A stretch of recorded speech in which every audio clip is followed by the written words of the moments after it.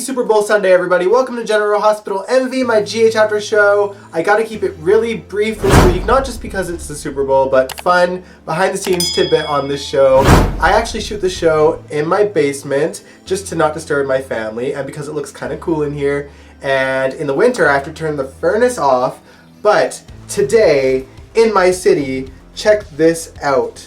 It is minus 31. I can't do this to my family and just keep it cold. It usually takes me about an hour to an hour and a half to film this, so I have to keep this brief in order to save our lives. With the wind chill, it's like minus 40 to minus 45 right now, and apparently if you go outside for just a couple of minutes, you will get frostbite. So, let's keep this brief, but let's get into it. A lot of vows were made this week, none of them happened at a wedding. After Nina told Jax that she can't trust him anymore, she broke up with him, and then she vowed to never miss a second of her grandson's life again while eerie music played in the background. It actually took her a minute to realize that Wiley even was her grandson. I had to laugh at that. I don't know if this means she'll actually go for custody of Wiley or try to kidnap him. It could go either way with Nina. Mostly I'm just pissed because we'll have to hear Wiley's name 50 times a day on the show again. And then when Nell inevitably shows up again alive, we're gonna hear it 100 times more. Speaking of dead characters, everyone visited Nathan's grave this week. It was the anniversary of his passing, and Maxie, Nina, and Britt vowed to always stick together, forming a sisterhood of sorts. I kinda liked it, although I feel like it gives them permission to be as stupid as they wanna be. Yes, Maxie, by all means, marry the man that literally everyone is warning you about. What's the worst that can happen? For starters, Peter shows up at Nathan's grave and Britt is still there, and she points out that he will never be as good as Nathan, and when she leaves,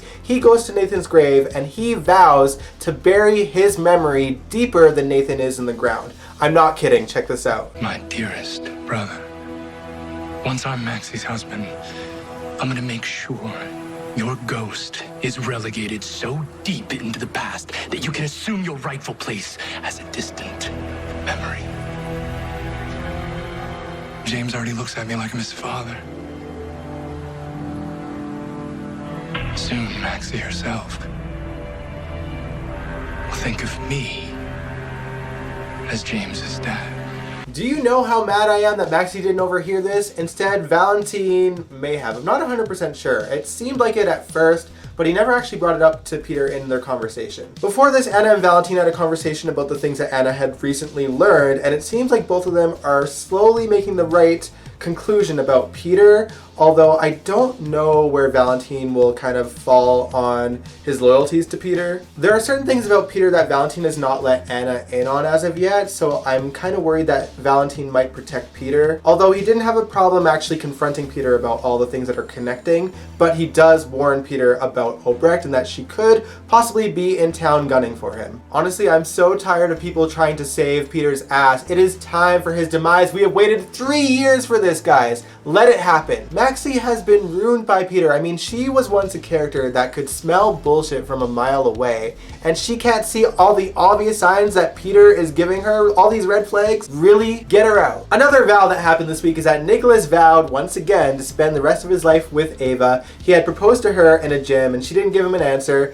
and then later she visits him at the hospital and she just says yes. And then Nicholas is like, no, not like this. And then he gets down on one knee and proposes to her in front of Laura, whose blessing he actually has this time. And of course, a couple of nurses because they're in the hospital. It was really sweet. What other vows happened this week? Oh yes, Cameron vowed to protect his family and Franco by any means necessary. I can only imagine what fresh hell this will bring to the show. Alexis, well, she didn't vow anything this week, but she did attend an AA meeting, and Curtis and Monica were there too. Nancy Legrand and Donnell Turner rocked their monologues. And I'm really glad that the writers actually remembered that Monica was an alcoholic. I mean, that was one of those blink and you miss it storylines that happened during the writer's strike right after Emily died. It was arguably like the last storyline that Monica was actually leading in, and some crazy things happened. Not only did she actually hit Sam with her car when Sam was running away from the text message killer, but she also botched Luke's surgery and had Tracy gunning for her. She was drinking during a hostage crisis at the hospital. It was crazy and really entertaining. I really enjoyed that story. But yeah, glad the writers remembered it. Sam vowed to look after Dante after he decides to sign himself out of the hospital, probably because she felt guilty that her mom stabbed him with a syringe, but also probably because she saw what he was packing when he was putting his pants on. Can't say I blame the girl. I like the idea of this couple. I think that they have a lot of potential, but I'm kind of uncomfortable.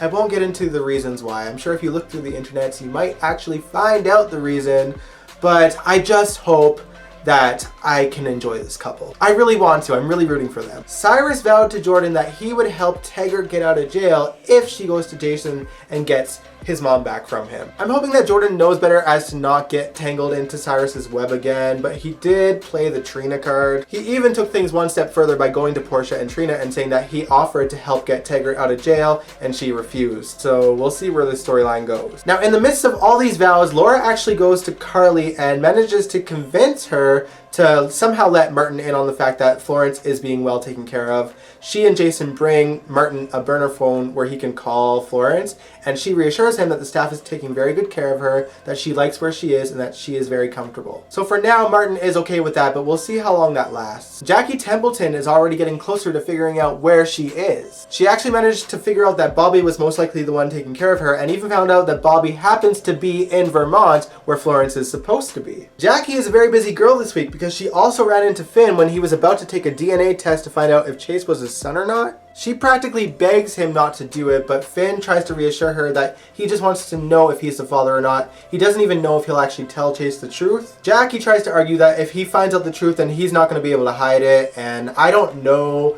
if that will actually convince Finn to not take the DNA test or not. But I kind of hope he does. I want to find out as an audience member, and I think that's a good enough reason. Y'all want to know too, right? Oh, one more thing I forgot to mention earlier. Nina, as you guys know, has her child on her brain, and she decides to call Phyllis at her restaurant's number for some reason, and Sonny picks up. I don't know if she recognized his voice. She kind of seemed to, but I don't know if she'll put two and two together. Sonny and Nina have barely shared scenes, so who knows. But if she does figure out it's Sonny, I bet you anything she's gonna keep it a secret. Do you guys want Nina to hide this? Let me know in the comments below. Alright, but that's it for General Hospital Envy this week. Things are definitely heating up on the show, and now I need to heat up my house. So if you like this video, give it a big old thumbs up, subscribe if you want to, and I will catch you guys this Wednesday for another classic GH Envy Reacts. Peace out. Congratulations.